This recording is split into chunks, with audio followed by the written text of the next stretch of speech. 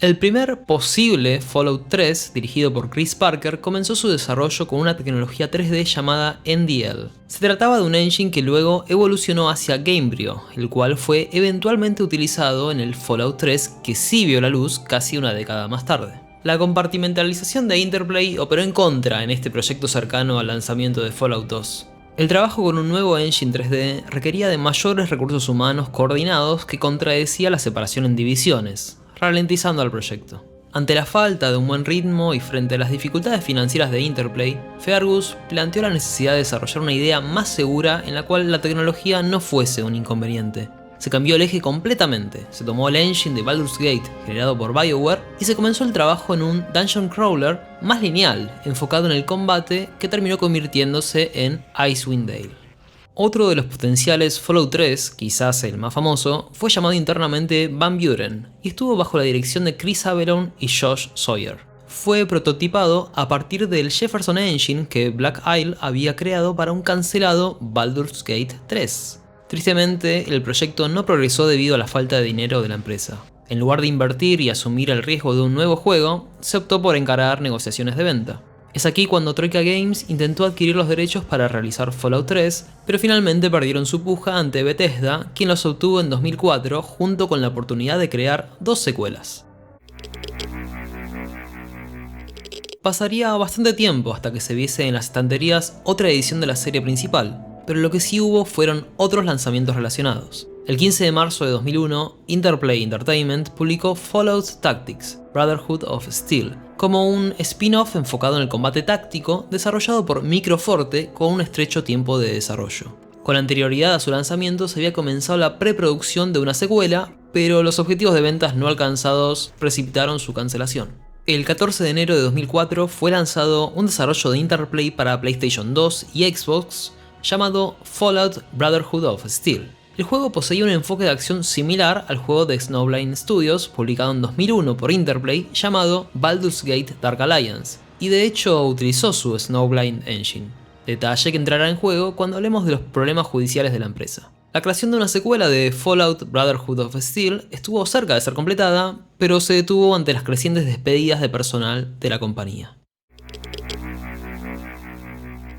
Interplay, a pesar de presupuestos limitados, era una firma que había sido exitosa en el mercado de juegos para PC, consiguiendo crear o publicar diversos productos de resultados moderadamente positivos, tales como Bard's Tale, Battle Chess, Descent, Redneck Rampage, Kingpin Life of Crime, Baldur's Gate, Planescape Torment y Icewind Dale, además del propio Fallout. Sin embargo, en tiempos en los que las consolas estaban tomando las riendas del mercado, Interplay se retrasaba con respecto a sus competidores y cometió errores intentando ingresar en el sector. La empresa apostó por el desarrollo de juegos para consolas que no triunfaron, a la vez que tampoco conseguía un hit, un gran éxito descomunal en juegos para computadora que la mantuviese en pie. Los juegos de PC que se habían desarrollado no representaban un gran margen de ganancias, en particular debido al gasto en licencias y regalías a compartir con otras empresas como BioWare y TSR Inc. Desde mediados de los 90, Fargo había empujado la idea de trabajar con juegos de deportes, inexplorados por la empresa hasta entonces, enfocándose en las nuevas consolas que estaban saliendo en el momento, como la PlayStation y la Sega Saturn. Solo se pudo concretar un juego de PS1 con retraso, y otro para Saturn fue cancelado debido al propio fracaso de esa consola. Si bien la estructura dividida funcionaba en Black Isle, en otras divisiones como la de deportes no era el caso. Se derrochó una gran cantidad de dinero en las costosas licencias deportivas sin obtener retornos a cambio. Por otro lado, desde mediados de 1996, la empresa invertía para establecer la infraestructura de un servicio de juegos online llamado Engage, lo cual tenía sentido en un principio por el crecimiento del sector multijugador y las ganancias que se observaban en otros proveedores. Cuando se comenzó a trabajar con ello desde la división de servicios online, aún era difícil jugar en internet ya que se jugaba por IPX y red local, pero eventualmente se popularizó un sistema para jugar juegos IPX a través de internet, con el modelo TCP/IP. Esto hizo obsoleta la necesidad de proveedores de servicios como los que Engage ofrecía, dándole otro gran golpe monetario a Interplay. Pese a que poseían la segunda posición del market share de videojuegos RPG para el 2001, la empresa enfrentó una serie de malas decisiones y juicios que marcaron su destino. Volviendo un poco para atrás, hacia fines de 1998, la situación financiera de Interplay se encontraba ya complicada debido a la falta de ingresos o excesos de gastos, y la compañía se había enfrentado a la respectiva acusación del Tribunal de Bancarrotas. Para evitar cerrar la empresa, Interplay decidió volverse una empresa pública, a cotizar en Nasdaq a fin de reunir los fondos necesarios para reponerse de la situación. A pesar de ello, y a raíz de una competencia feroz, rendimientos muy bajos de los juegos vinculados a la división de deportes y la falta de títulos de consola, Interplay se hundía y seguía generando pérdidas. Esto forzó la búsqueda de fondos adicionales por fuera de lo producido mediante los videojuegos. Fue la inversión de la empresa parisina Titus Interactive la que le devolvió el aire necesario a la empresa con una inversión de 25 millones de dólares, complementados con 10 millones extra unos meses más tarde. Con el fin de mejorar sus ingresos y generar un mayor volumen de ventas, Interplay adquirió el 49.9% de Virgin Interactive en febrero de 1999. Con este trato, Interplay distribuiría los juegos de Virgin en Norteamérica y Virgin haría lo propio con los juegos de Interplay en Europa. Para 2001, Titus Interactive había adquirido la mayoría del control de Interplay e inmediatamente se generó un acuerdo de largo plazo con Vivendi Universal Games para que distribuyese los juegos de Interplay. A principios de 2002 estaba claro que el plan de cambiar el desarrollo de juegos de PC por los de consola había fallado. Esta situación, entre otras causas, generó la salida de Brian Fargo luego de casi 20 años en la empresa. A pesar de ello, a fines de ese mismo año fundó In Exile Entertainment. Con dicha firma, Fargo revivió años más tarde el espíritu de Fallout, volviendo a sus orígenes con Wasteland 2 y Wasteland 3. Contando con contribuciones de Chris Avellone y pilares de conceptos de alto nivel del cancelado Fallout 3 Van Buren.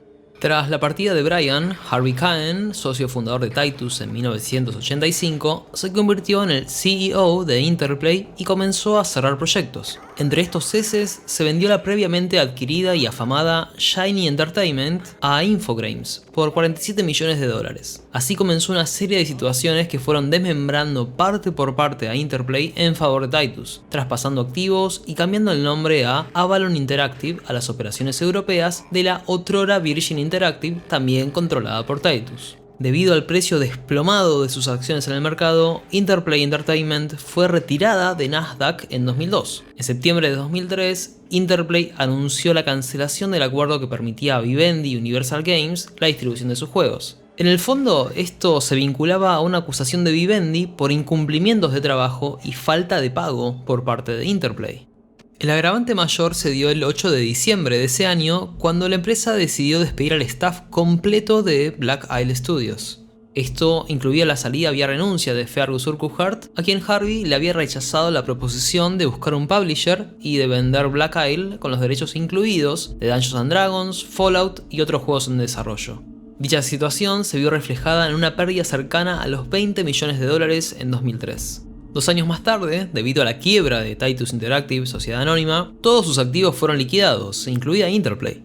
La bancarrota de la empresa francesa provocó un infierno en la empresa originaria de Los Ángeles y para 2006 nuevamente estaba en bancarrota. Con el objetivo de poder cumplir con los acreedores, la compañía alteró sus acuerdos de licencia con Bethesda Softworks y le entregó la propiedad intelectual de Fallout en abril de 2007, cuyas cláusulas con requerimientos específicos le permitirían a Interplay realizar un MMO. Desde dicha fecha en adelante, el catálogo de juegos de Interplay sufrió una suerte de pase de manos, donde lograron vender sus videojuegos mediante GOG.com, copublicaron con 3D Realms e incluso relanzaron en tiempos más recientes, vía un revivido Black Isle Studios, los juegos Baldur's Gate Dark Alliance 1 y 2 para las consolas modernas y más tarde para PC. Desde el punto de vista de los litigios, en el periodo 2003-2004, Snowblind Studios e Interplay Entertainment entraron en una disputa por el motor de Baldur's Gate Dark Alliance, utilizado sin consentimiento en Fallout Brotherhood of Steel, Baldur's Gate Dark Alliance 2 y las versiones de GameCube de Dark Alliance. Para suerte de Interplay, la corte decidió que la empresa pudiera continuar con el uso del material que ya estaba utilizando el motor en cuestión. En el año 2009, Bethesda Softworks acusó a Interplay respecto al licenciamiento de Fallout Online y la venta de la Fallout Trilogy entre comillas, solicitando a la corte que se detuviera el desarrollo y venta de estos productos. Luego de varios juicios que duraron casi 3 años y a cambio de $2 millones, Interplay le entregó a Bethesda los derechos completos de Fallout Online. En cuanto a Trilogy, el permiso de Interplay para vender Fallout, Fallout 2 y Fallout Tactics, Brotherhood of Steel, venció el 31 de diciembre de 2013. Bethesda, afamada por su saga The Elder Scrolls, en octubre de 2008 publicó Fallout 3 con un gran éxito comercial que llevó a la franquicia al frente de la escena mainstream y que alcanzó 12.4 millones de ventas para noviembre de 2015. En cuanto a la jugabilidad, adaptó el Special a un diseño primordialmente enfocado a la primera persona con características de shooter. En este nuevo entorno de tiempo real se creó el sistema BATS de cinemáticas ralentizadas para emular en cierto modo el antiguo combate por turnos. Fallout 3 recibió premios y excelentes reseñas, pero aún así hubo críticas de sectores de seguidores de la serie. Los detractores alegaban que Bethesda se había alejado de las mecánicas originales y que la calidad de escritura y reactividad del mundo no estaban a la altura de sus predecesores. Aún así, debe considerarse que cerca del lanzamiento de Fallout 3, su director Todd Howard invitó a Tim Kaine a su hotel durante la exhibición E3 en Los Ángeles para hacerlo parte de la presentación privada del juego ante los reporteros. Hasta el día de hoy, Tim sostiene que le gustó lo que vio allí y que visualmente era un espejo de lo que imaginaban él, Leonard y Jason cuando soñaban en el 94 con hacer de Fallout un juego 3D, aunque admite algo de dolor por no haber tenido un rol mayor en esta nueva etapa que se abría para la IP y que expondría Fallout a toda una nueva generación de jugadores. A mitad del desarrollo de Baldur's Gate 3, Interplay había perdido la licencia sobre Dungeons & Dragons por falta de dinero, lo que generó una de las principales motivaciones para que Fergus y gran parte de los más talentosos desarrolladores de la compañía la abandonasen. Como mencionamos anteriormente, Black Isle fue disuelta el 8 de diciembre de 2003, cancelando así el proyecto Van Buren, Baldur's Gate 3 de Black Hound y Baldur's Gate Dark Alliance 3. Poco antes ya se habían separado también de la empresa Chris Avellone, Chris Jones, Chris Parker y Darren Monahan, quienes se unieron a Urquhart para fundar Obsidian Entertainment el 12 de junio de 2003. Su primer contrato fue celebrado con LucasArts para la realización de Star Wars Knights of the Old Republic 2, The Sith Lords, en 2004. En 2006 lanzaron Neverwinter Nights 2, publicado por Atari, y en 2010 Alpha Protocol para Sega. Ese mismo año volverían a la saga que los había visto trabajar juntos en Interplay. Antes de finalizar Fallout 3, Bethesda ya había comenzado a trabajar en Skyrim, pero dado el gran éxito del juego post-apocalíptico, se consideró la idea de contactar a otras compañías para realizar una expansión. Es con ese objetivo que en un principio contrataron a Obsidian Entertainment, lo cual rápidamente mutó a un proyecto de juego completo. Para ello, se les otorgó el engine íntegro de Fallout 3 con sus assets y herramientas.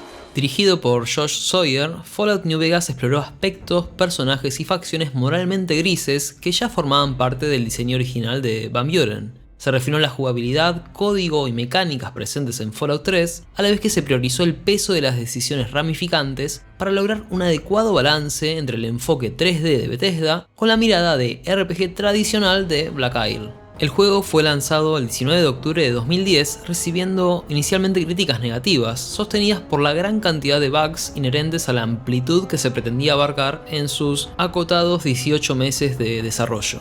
A pesar de los parches para subsanar la situación y de su indiscutida reputación actual, New Vegas obtuvo una puntuación de 84 puntos en Metacritic, bloqueando por tan solo un punto la posibilidad de que Obsidian recibiera una bonificación monetaria que se había acordado condicionalmente con Bethesda. Acercándonos al presente, la siguiente iteración principal de la saga publicada fue Fallout 4 en noviembre de 2015. Acompañado unos meses antes por Fallout Shelter para smartphones, con más de 170 millones de descargas en la actualidad.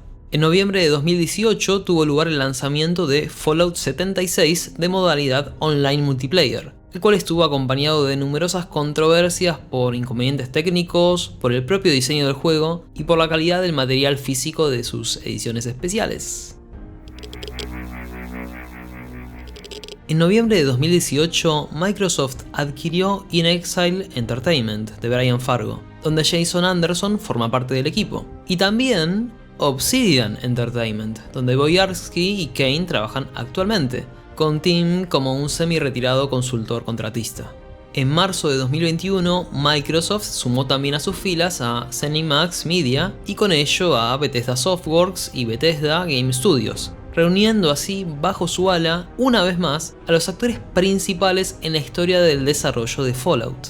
Solo el tiempo dirá si algún día los veremos trabajar nuevamente juntos en la legendaria franquicia.